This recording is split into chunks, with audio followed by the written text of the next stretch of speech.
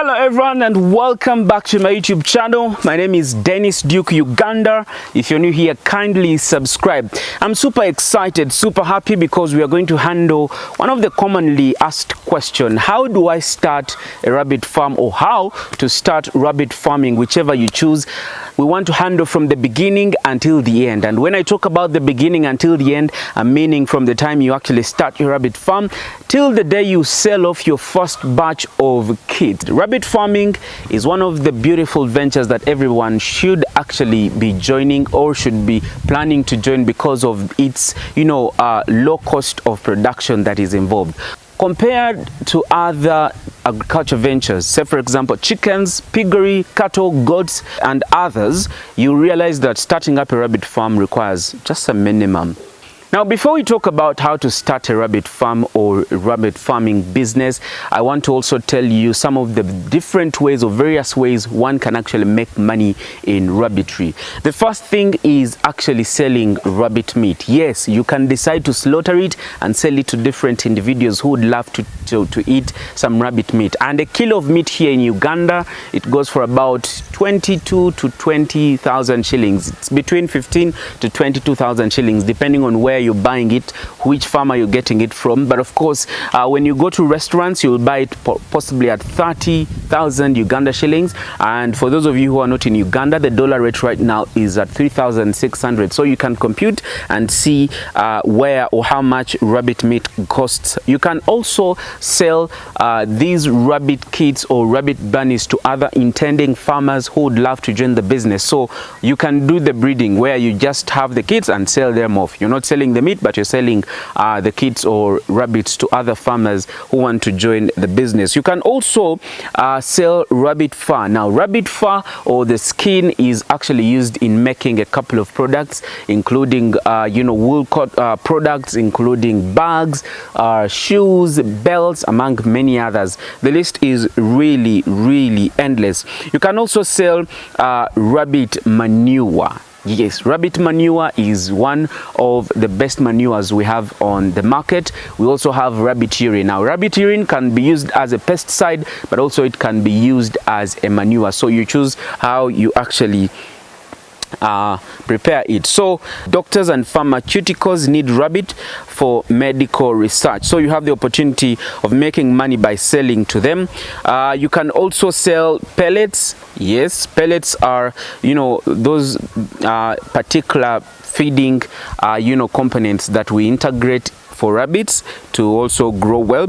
You can offer veterinary services. If you know how to administer drugs and vaccines to rabbits, you can also sell that as a service to different rabbit owners. You can also sell rabbit accessories. You can, for example, rabbit accessories like wire mesh. You can specialize in building cages or building or supplying water equipment, because rabbits also need water for their survival. So those are some of the few things that you needed to pick from this particular video. Some of the benefits that should actually force you into going into rabbit farming. So for those of you who are here for tips on how to start a rabbit farm, please, I have started. The first thing you need to do is, you have the idea, you now need to choose what to do in terms of rabbit farming. What component of rabbit farming do you want to start on? Is it breeding? Is it rearing for pet? Or is it for meat? Okay, so you need to first select one and then concentrate on that. You can equally choose to start on all of them. I mean, you can do all of them. Nobody will pin you for that. So you can choose that. Another point that I need to make is, when you have the idea and you've chosen what to do, you need to make a lot of research. A lot of research. When I talk of a lot of research, you can go online. You can go online and search about the different breeds. Like, just understand the business, because there's a lot of content online. You can read from different journals. Very many people have published different information in regards to rabbit farming. During this research, you also need to do something that very many farmers out there do neglect, and this is nothing but doing farm visits. Try as much as you can to visit a farmer and get first-hand information. Yes, you've done all the research, it's a good one, but I mean, sometimes some people have different experiences. Also, those people that written that material Some of them have never even reared, rabbits. But then having a farm visit to one of the best established farmers. For example, I've allowed people to come to my farm to learn. Yes, at a small fee, I train them on how to start rabbit farming. So when you visit me, I will be giving you first-hand information.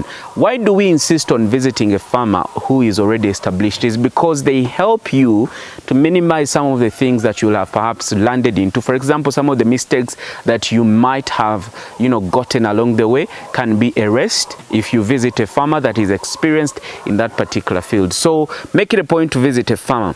Another point is have a business plan. Now, very many people start farming or other ventures without a business plan. The purpose of a business plan should never be omitted or should never be overlooked. A business plan is simply you sitting down and deciding on, okay, how much do I need to start this particular venture? How much am I going to spend on this, on the other? What is the business sense? What's the business direction of this particular thing that I want to go into? So rabbit farming requires you to have a business plan. So after you've gotten a business plan, you then need to look for land. I will stress this again. Rabbit farming can be done in a very small space. It could be your compound, it could be your garage, it could be your backyard, it could be anywhere, as long as you have some space. But for people intending to go commercial and on a big scale, you will need some land. So when you are choosing land, please make sure that it's in a good location for your rabbit farm. The rabbit farm on that land must have an accessible road. Therefore, where you're choosing your land, it should be having an accessible road. There has to be source of fresh water in the rabbit farm. Again, you can't go in an area where it will be difficult for you to access water. So also the rabbitry should be close to a veterinary in case of an emergency and routine checks. Please ensure that you plant some weeds and some grass. This is very important because you need to plan for at least 4-month feeding period. Yes, have a plan for about 4 months, and that plan should be for feeding alone.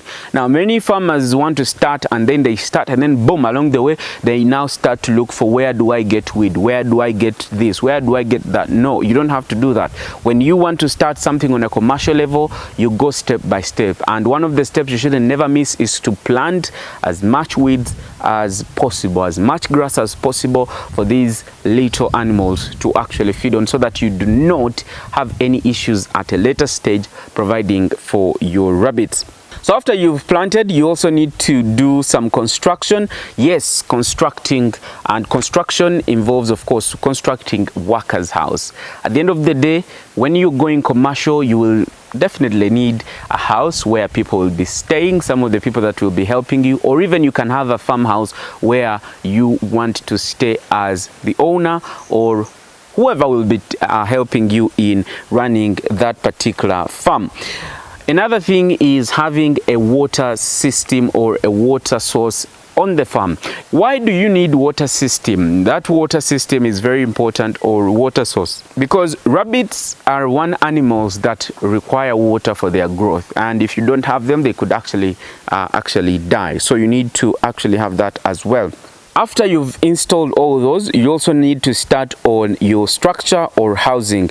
Now, behind me, that structure you're seeing is my rabbit house, and inside there are a couple of hatcheries, or that's where I put the cages. So after making your housing or your structure, it is now time for you to make the cages or the hatches or hatcheries, depending on how you describe it. And in different countries, of course, they have different ways of actually making the cages. And in Uganda, this is the most modern and the most preferred way, where this particular cage helps you to collect both the droppings and the urine. As you can see, we have these gutters and these particular wire meshes that enable our rabbits' droppings to actually drop on these iron sheets, and then eventually we collect them and put away or put it in our gardens, or even spray it onto our plants as fertilizer, but also we use the rabbit urine as manure. So these cages, you need to make them big enough. Why do we emphasize